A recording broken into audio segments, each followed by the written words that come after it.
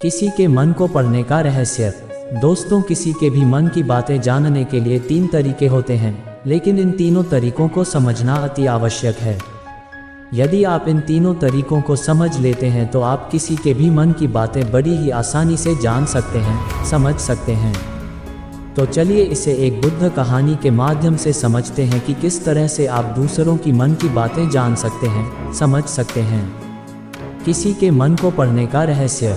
बहुत समय पहले की बात है। एक छोटा सा गांव था।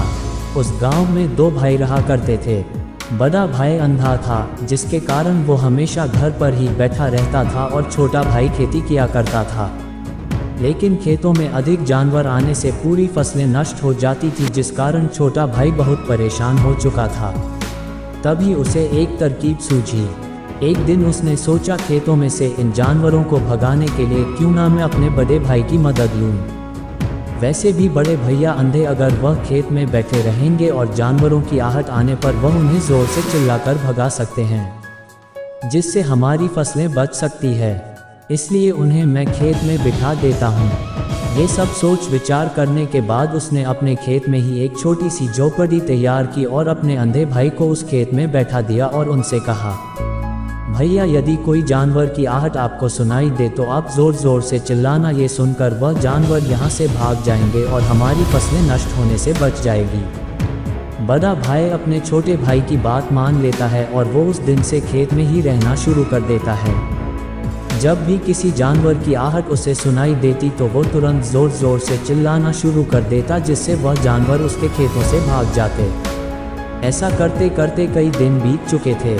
तभी एक दिन उसके खेत में एक हिरण भागता हुआ था और वह खेत के बांध को तोड़कर वहां से भाग गया। लेकिन उसी हिरण का पीछा करते हुए एक राजा भी उस खेत में आ पहुंचा। तभी राजा की नज़र उस अंधे भाई पर पड़ी है। राजा उस व्यक्ति से कहता है, देखो, मैं यहाँ पर एक जानवर का पीछा करते हुए आया हूँ। क्या तुमने उस जानवर को यहाँ पर देखा है? इस पर वो व्यक्ति कहता है राजन, मैं तो अंधा हूँ। मैं भला किसी जानवर को कैसे देख सकता हूँ, लेकिन मैं आपको इतना ज़रूर बता सकता हूँ कि जो जानवर मेरे खेतों से होकर भागा है वह आपके लायक नहीं है। आप उसके पीछे अपना समय यूं ही व्यस्त कर रहे हैं। राजा उस अंधे व्यक्ति की बात सुनकर बड़ा अचरज में पड़ गया। वो ये सोचने लगा कि आखिर ये तो अंधा है, फिर इसे कैसे पता कि जिसे हिरण को मैं तलाश रहा हूँ वह हिरण मेरे लायक है ही नहीं। इसे भी पढ़े 10 आसान आदतें जो 30 दिन में आपको एक नया इंसान बना देंगी। यह अंधा व्यक्ति मुझे कैसे बता सकता है? तभी राजा उस अंधे व्यक्ति से कहता है, कहीं तुम मुझसे झूठ तो नहीं कह रहे हैं? एक तरफ तुम ये कहते हो कि तुम अंधे हो और दूसरी तरफ तुम ये भी कह रहे हो कि जो जानवर यहाँ से भागा है वो मेरे लायक नहीं है। इस पर वो अंधा व्यक्ति कहता है, हे राजन, जिसे आप एक हिरण समझ रहे हैं, असल में वह एक हिरण नहीं है, बल्कि एक हिरणी है और वह भी गर्भवती है। और जहाँ तक मुझे ज्ञान है, मैंने कभी किसी राजा को किसी गर्भवती हिरणी का शिकार करते हुए नहीं सुना है, और इसी कारण मैं आपसे ये कह रहा हूँ कि वो आपके लायक नहीं है। आप उसके पीछे अपना समय व्यर्थ ना करें। ये सुनकर राजा और भी अचरज में पड़ गया। वो ये सोचने लगा कि आखिर ये अंधा आदमी यह कैसे जान सकता है कि वो हिरणी है और गर्भवती है। राजा कुछ देर सोच विचार करने के बाद अपने सेनापति से कहता है, सेनापति जी, मुझे वो जानवर जिंदा चाहिए, क्योंकि मुझे ये पता करना है क्या वो हिरणी है और क्या वह गर्भवती है, क्योंकि यह अंधा आदमी बहुत विश्वास के साथ कह रहा है और मुझे इस बात की पुष्टि करनी है। यदि वह हिरणी हुई और गर्भवती हुई तो वह हमारे शिकार के लायक नहीं है, क्योंकि हम तो एक हिरण का पीछा कर रहे थे। इसलिए जाओ और पता करो कि क्या वो हिरणी है। सेनापति राजा से आज्ञा लेकर आगे की ओर बढ़ चलता है और कुछ देर बाद जब वह वापस लौट कर आता है तो वह राजा को कहता है, हे राजन, इस अंधे आदमी ने जो भी बातें कही हैं वो बिल्कुल सही है। वो एक हिरनी ही है और वह गर्भवती भी है। ये सुनकर राजा आश्चर्यचकित रह गया। उसे समझ नहीं आ रहा था कि आखिर अंधा आदमी कैसे पता कर सकता है कि वह जानवर एक हिरनी है और वह गर्भवती है। भला एक अंधा आदमी यह कैसे देख सकता है, ये कैसे जान सकता है? अगर आप इस स्टोरी को सुनना चाहते हैं तो नीचे वीडियो पर क्लिक करके सुन सकते हैं। मन की बात जानने की कला, आखिर इससे ये कैसे पता चला ऐसे कई सारे प्रश्न अब राजा के मन में उमड़ने लगे। अब राजा ने ये ठान लिया था कि मुझे इस बात की तह तक पहुंचना ही है कि आखिर ये अंधा आदमी कैसे जानता है कि वह जानवर एक हिरनी है। ये सोचकर राजा उस अंधे आदमी के पास जाता है और उस अंधे आदमी से कहता है, देखो मैं ये तो नहीं जानता कि तुम सचमुच अंधे हो या नहीं, लेकिन मैं तुमसे एक बात जानने आया हूँ, क्या तुम मेरे प्रश्न का सही जवाब दोगे? इस पर अंधा व्यक्ति कहता है, हे राजन, आप जो कुछ पूछना चाहते हैं मुझसे पूछ सकते हैं, मैं आपको बिल्कुल सच जवाब दूंगा। इस पर राजा कहता है, देखो एक तो तुम कहते हो कि तुम अंधे हो और दूसरी तरफ तुमने ये बता दिया कि जिस जानवर का पीछा मैं कर रहा हूँ वह एक हिरनी है और वह गर्भवती भी है। आखिर तुम्हें ये कैसे पता चला? तुम्हारे खेत में और भी तो जानवर आते होंगे और भी तो जानवर यहाँ से गुजरते होंगे, फिर तुमने ये कैसे अंदाजा लगाया? तभी वह अंधा व्यक्ति राजा से कहता है, हे राजन, आप जिस हिरनी का पीछा कर रहे थे वही हिरनी जब मेरे खेत में आई, उसकी रफ्तार और उसके भागने की आहट से मुझे यह एहसास हो चुका था कि यह एक हिरनी है और मेरे खेत की जो बांध है वह बहुत छोटी है, उसकी ऊंचाई ज़्यादा नहीं है। यदि कोई हिरन होता तो उस बांध को बड़ी आसानी से लांघ जाता, लेकिन वह हिरनी इस बांध को तोड़कर भागी है और यदि वह इस बांध को छलांग लगाकर पार करने का प्रयास करती तो इससे उसके बच्चे को खतरा होता, और इसी बात से मैंने ये पता लगा लिया कि वह गर्भवती है। इस कारण वह ज़्यादा ऊंची छलांग लगाकर मेरे खेत की बांध को तोड़ते हुए भाग गए। इस पर राजा के मन में एक और प्रश्न उठा। राजा ने कहा, किंतु तुम्हें कैसे पता चला कि वह एक हिरनी ही है और भी तो कोई जानवर यहाँ पर आ सकते हैं? इस पर वह अंधा व्यक्ति कहता है, हे राजन, मैं पूरा दिन सुबह शाम यहीं पर बैठा रहता हूँ और मेरी सुनने की शक्ति बहुत तेज है। मैं ये बात जानता हूँ कि कौन सा जानवर मेरे खेत में आया है और उसी के आधार पर मैं ज़ोर ज़ोर से चिल्लाता हूँ ताकि वो मेरे खेत से भाग जाए और मेरे खेत की फसलों को नष्ट ना कर पाए। इसे भी पड़े कर्मों की गति समझने के बाद सफलता जल्दी मिलेगी। राजा उस अंधे आदमी का ये जवाब सुनकर पूरी तरह से संतुष्ट हो चुका था। वह मन ही मन ये सोच रहा था कि आदमी भले ही अंधा हो लेकिन ये तो बड़ा ज्ञानी मालूम पड़ता है, इस आदमी से कुछ ना कुछ तो काम निकलवाना ही चाहिए। यह विचार लिए हुए राजा वहाँ से वापस अपने महल की ओर लौट जाता है। राजमहल पहुंचते ही राजा उस अंधे व्यक्ति से कहता है, आप तो बड़े ज्ञानी व्यक्ति हैं, आपको किसी भी बात का पता बड़ी आसानी से चल जाता है। आज मैंने आपको यहाँ पर इसलिए बुलाया है क्योंकि मैं आपसे ये जानना चाहता हूँ कि मेरी पत्नी पतिव्रता है या नहीं। इस पर वो अंधा व्यक्ति कहता है, हे राजन, ये कैसा प्रश्न हुआ? इस पर राजा कहता है, मैंने आपसे बिल्कुल उचित प्रश्न किया है, मुझे इस प्रश्न का उत्तर दीजिए। इस पर वो अंधा व्यक्ति कहता है, हे राजन, ये सारी बातें जाने दीजिए, आपकी शादी को इतने साल बीत चुके हैं और अब आप ये बात क्यों जानना चाहते हैं? आपके मन में ऐसे प्रश्न क्यों उठ रहे हैं? इस पर राजा जिद करते हुए कहता है, देखिए, आपको मुझे इस प्रश्न का उत्तर तो देना ही होगा। यदि आप मुझे इस प्रश्न का उत्तर नहीं देंगे तो मैं आपको मृत्यु दंड दे दूंगा। जाके मुख से यह बात सुनकर वह अंधा व्यक्ति कहता है, हे राजन, यदि आप इस प्रश्न का उत्तर चाहते हैं तो उसके लिए आपको मेरा एक काम करना होगा। राजा कहता है, बोलो, मुझे क्या काम करना होगा? इस पर व्यक्ति कहता है, इसके लिए आपकी पत्नी को मेरे साथ कमरे में अकेले छोड़ना होगा। उस अंधे व्यक्ति की यह बात सुनकर राजा पहले तो क्रोधित हो जाता है, लेकिन फिर कुछ सोच विचार करने के बाद वह उस व्यक्ति की बात मान लेता है और अपने सेनापति को आदेश देता है, सेनापति जी, इस व्यक्ति को और मेरी पत्नी को एक कमरे में कुछ देर के लिए अकेला छोड़ दें। सेनापति बिल्कुल वैसा ही करता है। अब राजा की पत्नी और अंधा आदमी एक कमरे में बंद हो चुके होते हैं। तभी वो अंधा आदमी राजा की पत्नी से कहता है, मुझे आपको छूना है। इस बात पर रानी अत्यधिक क्रोधित हो जाती है और उस अंधे आदमी को वो पकड़ कर पीटने लगती है, कभी हाथों से तो कभी लातों से तो कभी पटक कर। इस तरह से उन्होंने उस अंधे आदमी की खूब पिटाई की। उसके बाद किसी तरह से वह अंधा आदमी अपनी जान बचाकर वहां से भाग निकलता है और वह राजा के पास पहुंचता है और वह राजा से कहता है, हे राजन, आपकी पत्नी पतिव्रता नहीं है। ये बात सुनकर राजा अत्यधिक क्रोधित हो उठता है और राजा अपनी तलवार निकालकर सीधा अपनी पत्नी की ओर जाता है और क्रोधित होकर वह अपनी रानी से कहता है, रानी जी, आज मैं जो भी सवाल आपसे करने वाला हो उसका मुझे सच सच जवाब दीजिएगा, और यदि आपने एक शब्द भी झूठ कहा तो मैं आपका अभी के अभी सर धड़ से अलग कर दूंगा, तभी आगे बढ़ें। राजा कहता है, मुझे बताइए क्या आप पतिव्रता है या नहीं।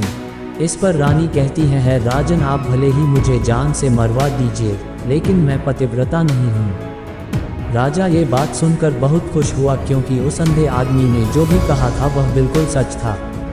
ये बात सुनकर तुरंत ही राजा उस आदमी के पास पहुंचता है और आकर उस अंधे आदमी से कहता है, तुम्हें कैसे पता चला कि मेरी पत्नी पतिव्रता नहीं है। इस पर वह अंधा आदमी कहता है, हे राजन, बड़ी सीधी सी बात है, मैंने तो आपकी पत्नी से बस इतना ही कहा था कि मुझे आपको छूना है, और इस बात पर वह इतना क्रोधित हो उठी कि उन्होंने गुस्से में आकर मुझे लात घूंसों से पीटना शुरू कर दिया। और भला कोई औरत किसी और मर्द को कैसे छू सकती है, लेकिन उन्होंने ना आप देखा न ताप, बस लात घूंसे मुझ पर बरसाने शुरू कर दिए।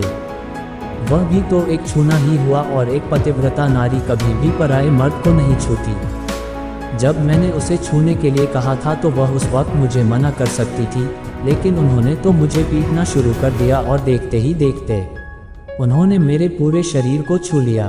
अब आप ही बताइए, ऐसी स्त्री भला पतिव्रता कैसे हो सकती है। इस पर राजा कहता है, तुम तो बड़े ज्ञानी मालूम पड़ते हो। अच्छा ठीक है, चलो तुम मेरे एक प्रश्न का और जवाब दो। यदि तुमने मुझे इस प्रश्न का सही जवाब दे दिया तो मैं तुम्हें यहाँ से जाने दूंगा। आगे राजा उस अंधे आदमी से कहता है कि तुम मुझे ये बताओ, क्या मैं सच में अपने पिताजी का ही बेटा हूँ या फिर किसी और का। इस पर वह अंधा भी कहता है, हे राजन, इस बात से आपका क्या लेना देना, आप किसी की भी औलाद हो, आखिर आप हैं तो इस राज्य के राजा, इसलिए इस प्रश्न को जाने दीजिए।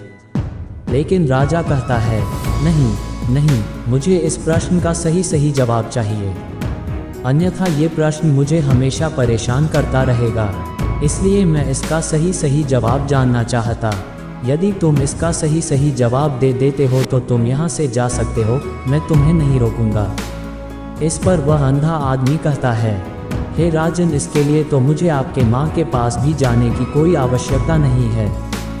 मैं आपको अभी यह बता सकता हूँ कि आप किसकी औलाद हैं, लेकिन उससे पहले मैं चाहता हूँ कि आप मुझसे एक वादा करें कि आप मुझ पर क्रोध नहीं करेंगे। राजन ने कहा, मैं तुमसे वादा करता हूँ, मैं तुम पर क्रोध नहीं करूँगा। इसके बाद वह अंधा आदमी राजा से कहता है, राजन, आप हैं तो अपने ही पिता के पुत्र, लेकिन आप पर एक कंजूस सेठ की छाया पड़ी हुई है। ये सुन राजा बहुत क्रोधित हो उठा और वह तुरंत तलवार निकालकर अपनी माँ के पास जा पहुँचा। वह वहाँ पर पहुँचने के बाद अपनी माँ से कहता है, माँ, मुझे सच बताइए, क्या मैं अपने ही पिता का पुत्र हूँ या नहीं। यदि आपने मुझे सही नहीं बताया तो वह यहीं पर अपने प्राण त्याग दूंगा। मुझे बताओ क्या सच है। इस पर उस राजा की माँ कहती, बेटा, तू है तो अपने ही पिता का पुत्र, लेकिन तुम्हारे ऊपर एक कंजूस सेठ की छाया पड़ी हुई है। जब मैं एक बार नहाने के बाद अपना मुंह आईने में देख रही थी, तभी उस कांच के पीछे मुझे एक कंजूस सेठ नजर आता है और उसी की छाया तुम पर पड़ चुकी है।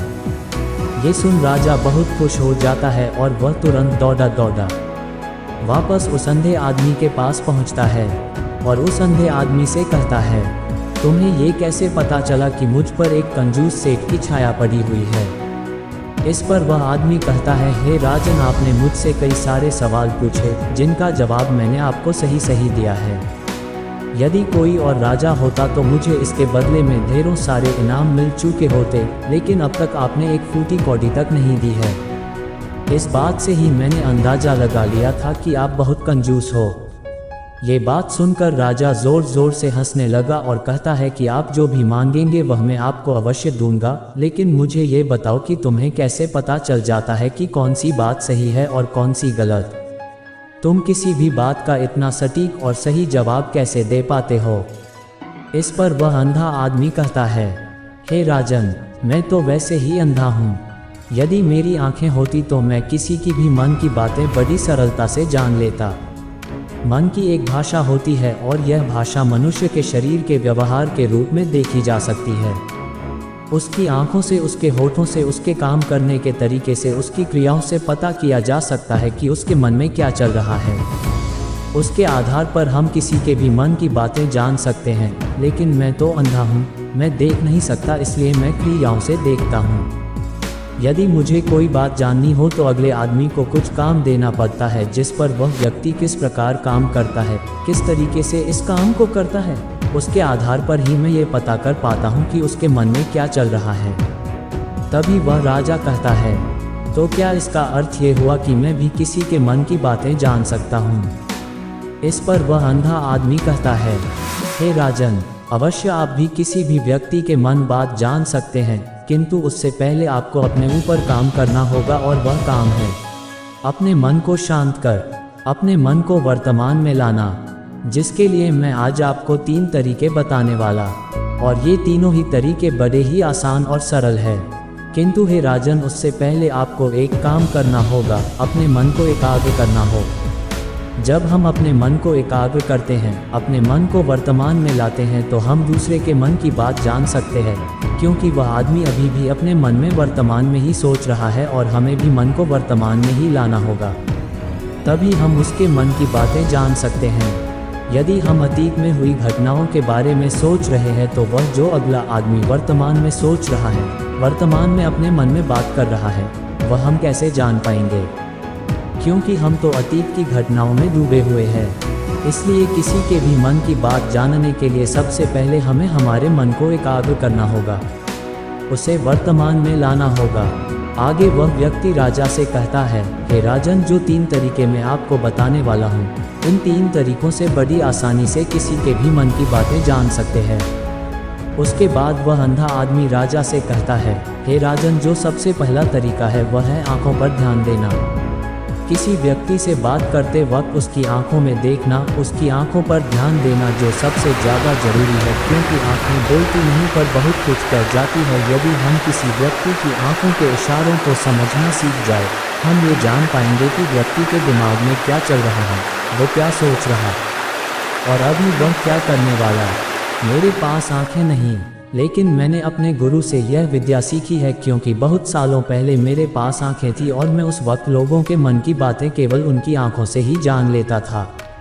इसलिए यदि आप भी दूसरों की मन की बातें जानना चाहते हैं, तो आपको भी उनकी आंखों पर गौर करना चाहिए, जैसे कि उनका आकार कैसा है, वह कब, कहाँ और किधर देख रहे हैं।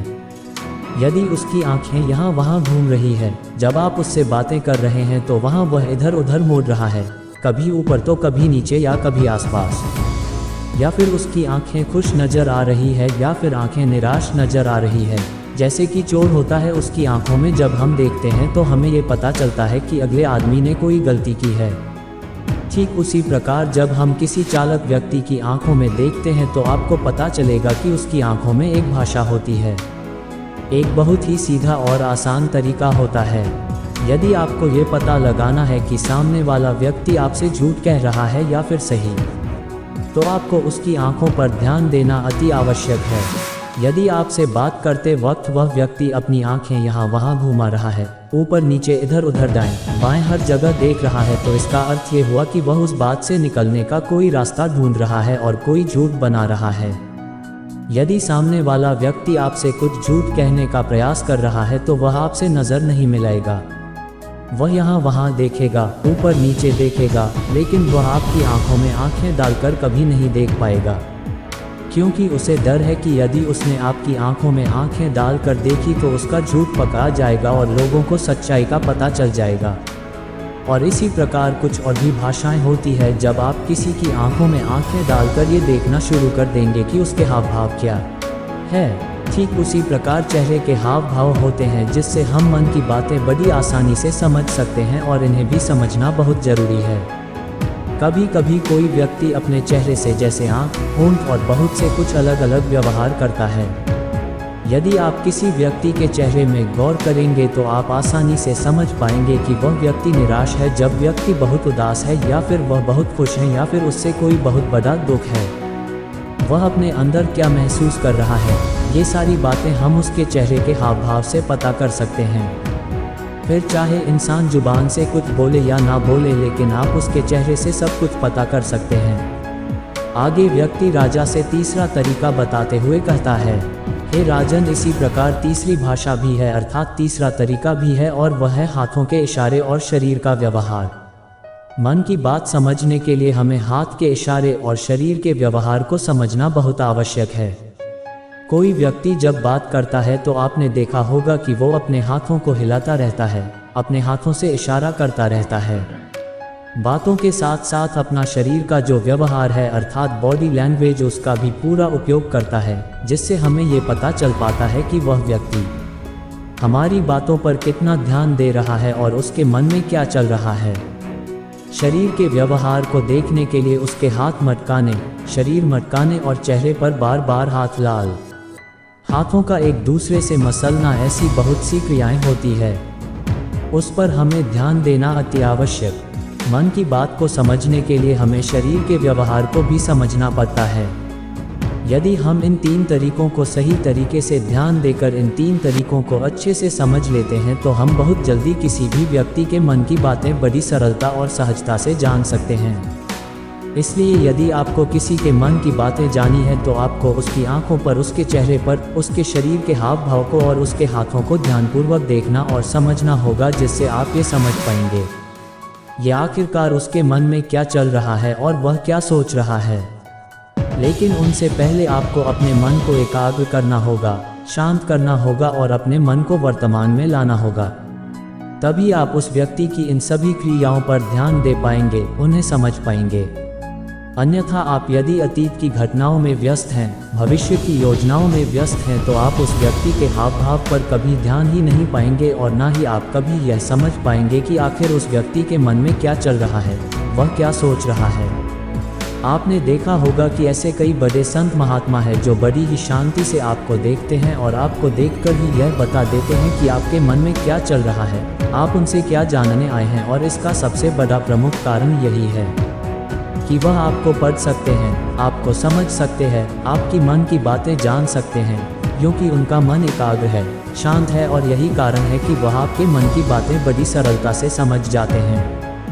तो दोस्तों, उम्मीद करता हूँ आपको इस कहानी से एक अच्छी सीख मिली होगी। ये कहानी आपको कैसी लगी हमें कमेंट बॉक्स में कमेंट करके ज़रूर बताएं और इस कहानी को अपने दोस्तों के साथ ज़रूर शेयर करें ताकि उन्हें भी इस कहानी से कुछ सीखने को मिल सके।